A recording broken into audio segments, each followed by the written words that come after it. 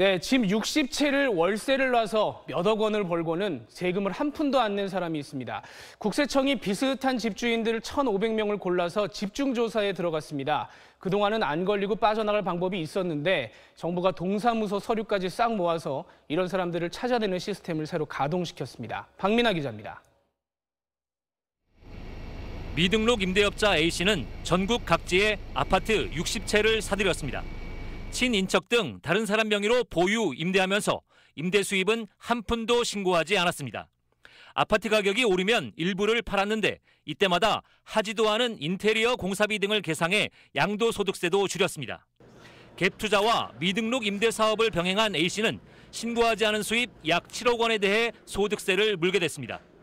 국세청은 A씨처럼 주택 임대 소득을 탈루한 혐의가 포착된 1,500명에 대한 세무 검증에 나섰습니다.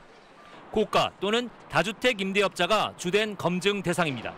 탈루 사실이 확정되면 당초 납부해야 할 세액의 20~30%의 가산세를 추가하여 징수할 예정입니다. 이번 세무 검증에는 국토부가 구축한 주택임대차 정보 시스템이 활용됐습니다. 확정일자 신고 자료, 월세 세액 공제 자료, 재산세 대장 등 각 정부 부처에 흩어져 있던 주택임대차 정보를 연계한 시스템입니다.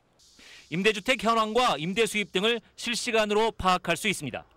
국세청은 법원으로부터도 전세권과 임차권 등기 자료도 수집해 주택 임대 소득에 대한 과세를 강화할 계획입니다.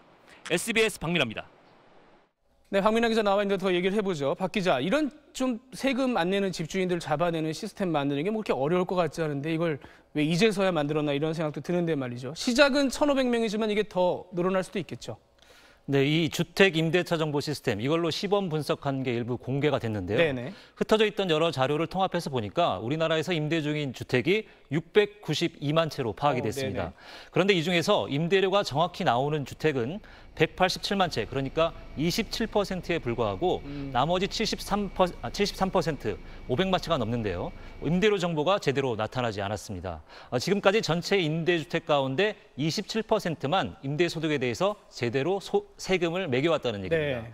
앞으로 나머지 73%에 대해서도 한국감정원의 시세 자료 등을 통해서 제대로 세금을 부과하겠다는 게 정부의 설명입니다. 그러니까 국세청이 검증하고 조사할 대상이 더 늘어날 수 있다는 얘기입니다. 그렇겠네요. 이게 다주택자들을 조이는 정책 중에 하나일 텐데 이게 집값에는 어떤 영향이 좀 있을 걸로 보입니까? 뭐 아직 대책이 나온 지 사흘 지났고요. 주말도 네. 끼어 있으니까 아직 시장에 어떤 방향성을 띄었다고 네. 얘기하기는 어렵습니다.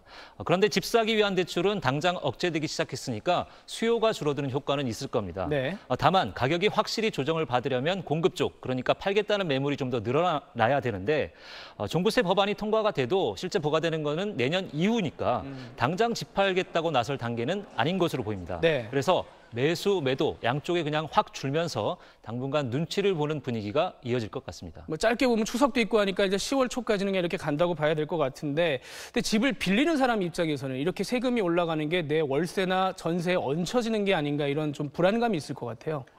물론 세금이 최종 소비자, 네. 그러니까 부동산 시장을 놓고 보면 실제 집을 쓰는 임차인에게 전가된다는 통설이 있긴 합니다. 네. 그래서 보유세 강화를 반대하는 논리로 자주 인용이 되는데요. 세부담 높여봐야 결국 집 없는 세입자한테 피해가 돌아간다는 이런 논리죠. 그런데 높아진 세부담이 실제 얼만큼 전가될지는 확실히 알 수가 없습니다. 있다 해도 상당한 시차가 필요합니다. 네. 현실적으로 전월세 시장은 지역별로 수요와 공급의 영향이 압도적입니다. 그래서 전월세 시장이 어떻게 될지는 이제 금요일 날 나오는 정부의 공급 대책, 여기에 임대주택 내용도 있을 테니까요. 네. 이 영향도 받을 거고 지역별 수급 상황에 따라서 차이가 심하게 날 겁니다.